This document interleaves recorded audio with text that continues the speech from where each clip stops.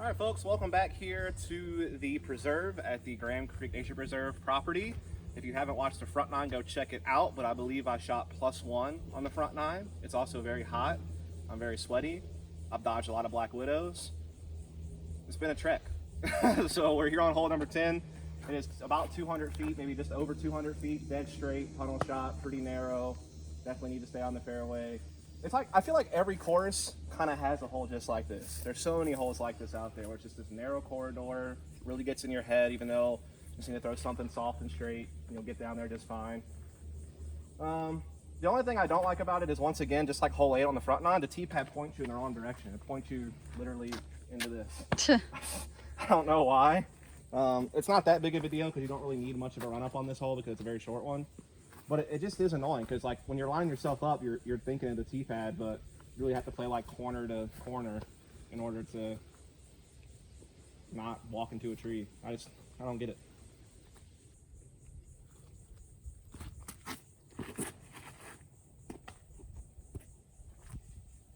Like I said, holes like this are more mental warfare than being like crazy difficult.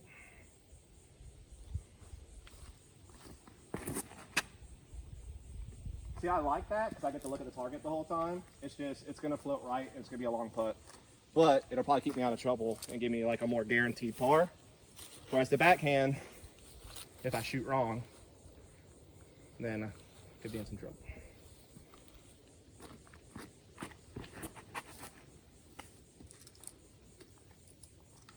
Oh, Kidding me. jeez. All right. All right, so here's where my forehand landed. It's about 50 short, maybe 40 short the basket. The last one I threw that hit the tree is about maybe 25 to 30 short, but definitely a chance for birdie there. I just think that the forehand's probably my best chance to get up the fairway at least the first 150 feet or so before anything bad happens, whereas the backhand, I could instantly hit something if I'm a little off within the first 60 feet and be screwed. So I think this is the play I'll probably go with, even though it's likely going to leave me a long putt. But hey, I'd rather not take a 6 because I'm in the woods. Yeah. All right, we're at hole 11. We're not in the woods. You love to see it. It's just under 200 feet. It's dead straight ahead of me underneath this big tree. There is a blue tee for this, I think. I don't know where it is. Might be like actually in the woods and required to hit a gap, whereas for me, I just have to like just throw something good. A little bit headwindy though, so I'm scared this putter, which I normally would throw, might drift right on me a little bit, but we're just gonna give it a shot because it's what I'm comfortable with. And yeah, to see if we can finally get a birdie. That'd be nice. Would love that. Please.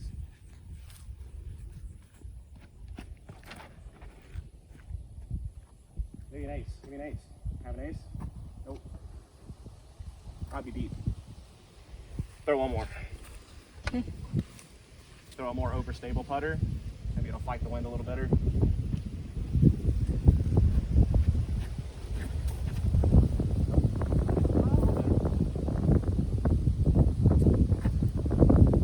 All right. Can I have fun now? Can I do something dumb? Yes. All right. Fun time. You gotta have a little bit of fun every round, no matter if you're practicing or not, you know? Break the monotony.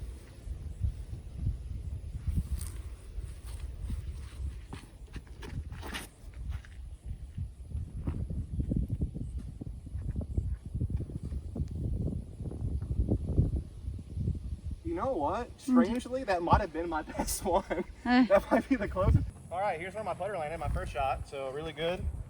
The crazy spike hyzer that I threw, pretty much right next to it actually. But yeah, this is what I want.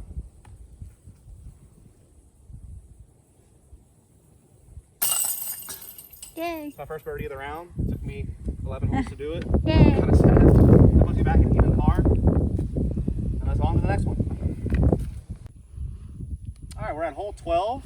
This is about 250. It's on top of this elevated pyramid type thing. So kind of neat. It turns a really simple straight at it or hyzer hole into something you have to think a little bit more about because you're probably going to have an elevated putt. Makes it a little bit more tricky, I guess. So yeah, I'm just going to throw a couple of overstable or slightly overstable disc, I should say. Kind of hyzer one over towards it. It's a little bit headwindy, so I just want to kind of make sure I have something I can kind of battle that a little bit, right, as opposed to the putter I threw on the last hole. That probably would get battered by a wind.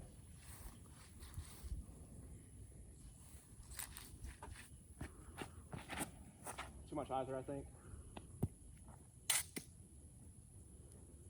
Yeah, that was a little too much, so I didn't get much distance. It's like the wind kind of went down once I wanted to start throwing.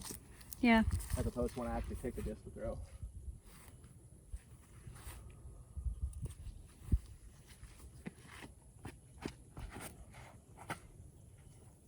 Well,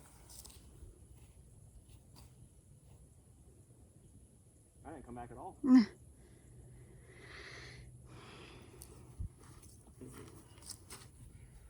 Last try. Maybe a little more hyzer.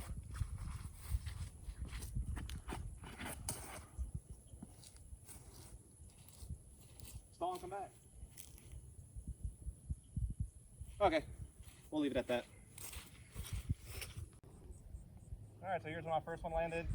My other mids went over there to the right. I think maybe I'll try to go more straight at the basket, one of those discs at the tournament, as long as it's not too windy.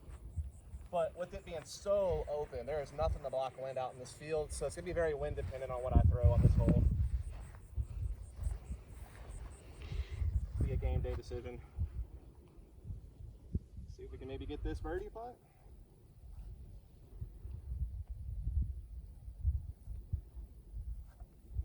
Nope. That's another par for your boy. All right, so we're on hole 13. Thank you. I don't know where the basket is. It says it's 350 feet, but I don't see anything within 350 feet of this tee pad. The only thing I can think of is unless it's like by that pole where that little black tires are over there on the left-hand side. I don't know if you see what I'm talking about. Could Yeah. be over there. I thought I saw a basket past these ropes on the right-hand side, like in that back right corner. So I'm not really sure. Like over that, you see that second dirt mound to the right of the ropes? Yeah. I see a basket like straight behind it. It might be. Yeah. There's no way that's 350 feet away. That's like, nah. Oh, whatever. Just there. Can't really throw what I would want to bomb on.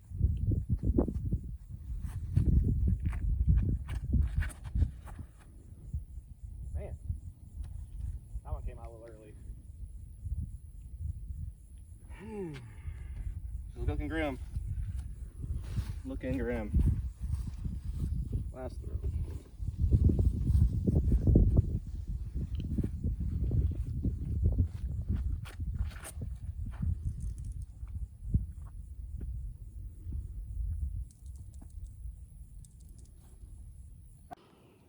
So I'm a moron.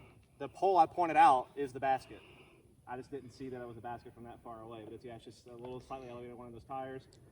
My last throw would have been actually really good. It's a little further up the fairway. This one's probably like 60, 80 feet away.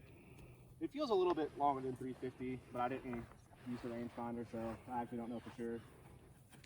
But yeah. Probably just gonna have to like lay up and take a par here. This is a tough par 3. That's all I would do. Take my par and walk away.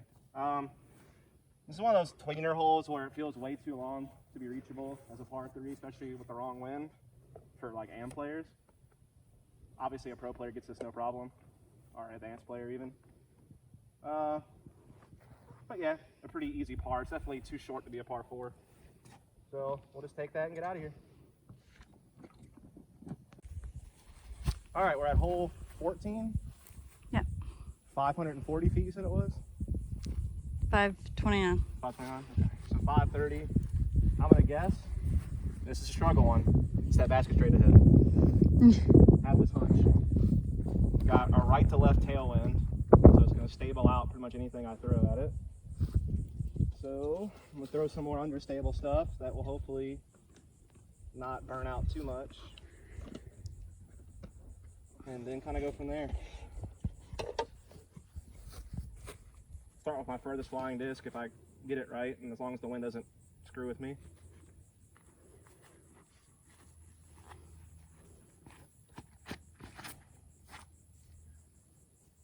Wow, that's bad. I feel like whatever tail right to left wind I thought I had is not here anymore. It's just wrecking. Last one. I'm getting tired. Don't want to burn myself out. We got more holes to play.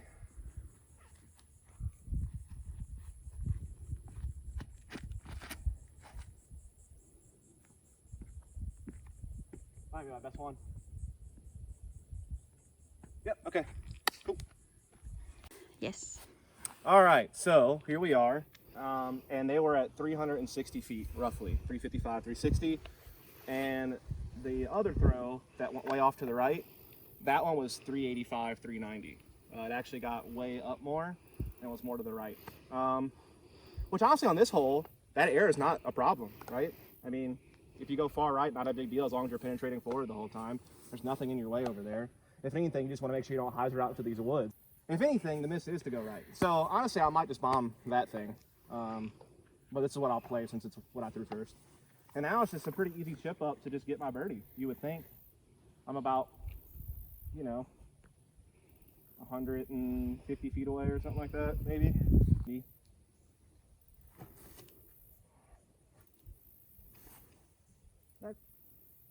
That's actually a tougher putt than I wanted, but oh well, we'll see if we can get it. Alright, so here's my putt for birdie. I definitely left it a little bit wider than I would have wanted. Oh well, still like 20 footer, maybe 15 footer.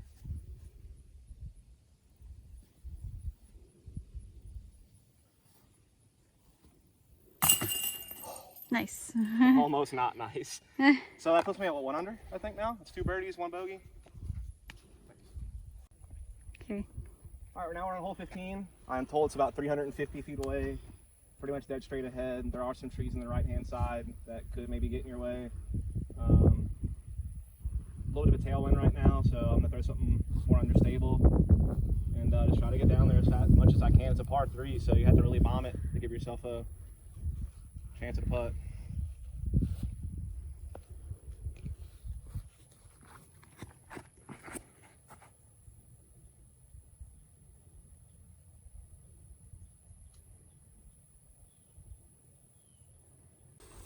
All right, so we're about 30 short, so I guess I threw it about 325, 330. I did hit some limbs as I was coming in, so that probably knocked it down a little bit from getting a little closer, but still not bad.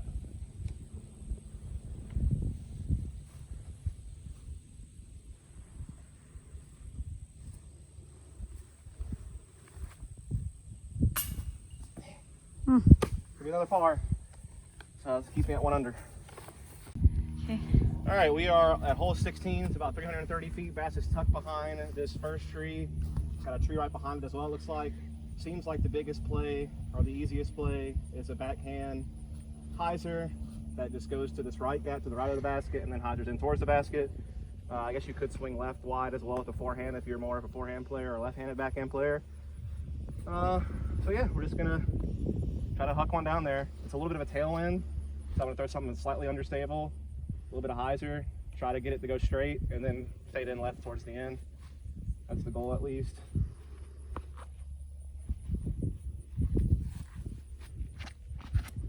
Oh no. Where's my tailwind? Hello?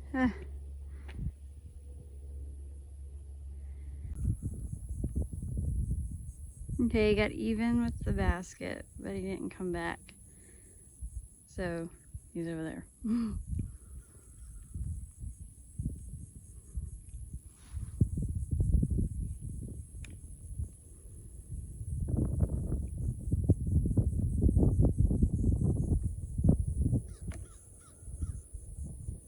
Rip. Par.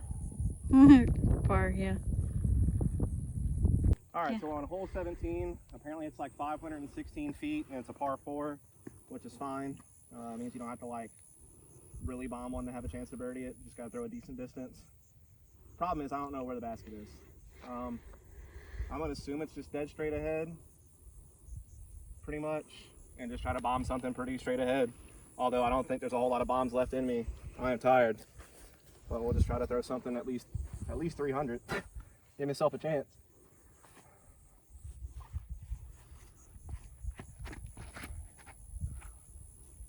That comes out. Nope. I'm not throwing anymore. I'm too tired. Okay.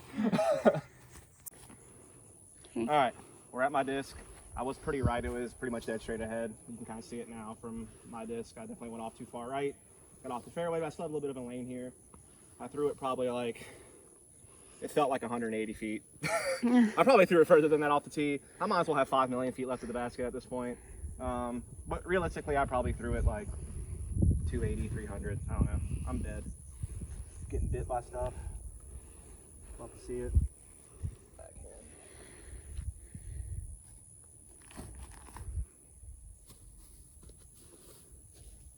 That's good. All right, here we are. 15 feet.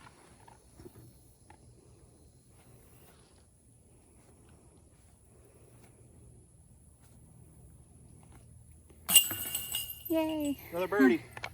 Right? R4? Yeah, I think so. Cool. All right, I think I put this like 2 under or 3 under, something like that. On to the last hole. This is it. Wait, okay. 60? Yeah. All right, this is it. Hole 18. 350 feet to end it all. Basket is down there, pretty open towards that fence in the background. 2 options here really that I see are you can throw a forehand up that left lane, or some kind of backhand turnover perhaps with like an understable disc. Or you could throw to this gap and try to hyzer towards the basket. However, gotta harp on this again, why in the world is a tee pad throwing me into the woods? Yeah. Like this tee pad I think would have been way better right here. Forced me to hit a gap. You know, at least it's pointed the right way.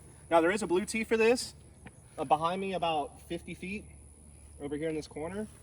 And that one lines you up with the basket through this lane right here. Yeah. I'm gonna be real, I think the blue tee is easier. That's further, but I think you have way more of like an actual approach and lane and everything that you would want. And the gap's not really any different. I think blue tee's actually easier here, honestly. Ugh, I really don't like this. I hate to be a hater. To be honest though, if I'm being real, this is like only maybe the 3rd hole that I haven't liked on the whole course out of 18. So I mean, you're not gonna like them all, but yeah.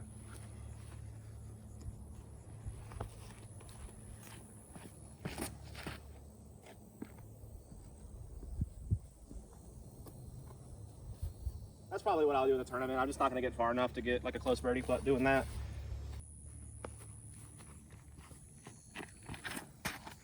That might be a foot fault.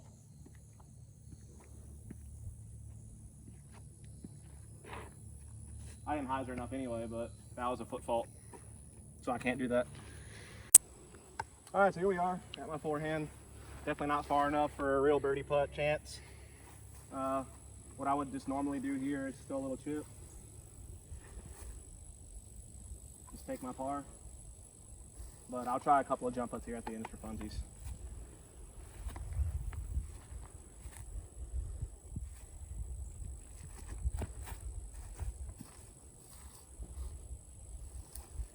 One more.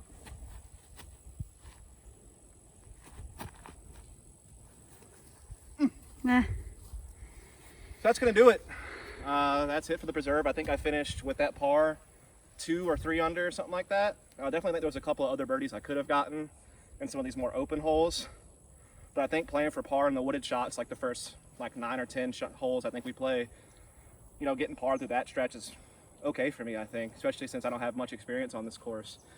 Great course. I love it overall. You know, if I was going to give it a number, I'd say like an 8 out of 10. I think what kills it is just a couple of these tee pads are pointed weird for whites. The blues seem good and challenging. So yeah, overall I liked it. Obviously can beat the heck out of your body in the heat out here, especially when you get out in the open. But I enjoy the course. Hope you enjoyed watching. If you did, please follow, subscribe for more content, and catch you next time.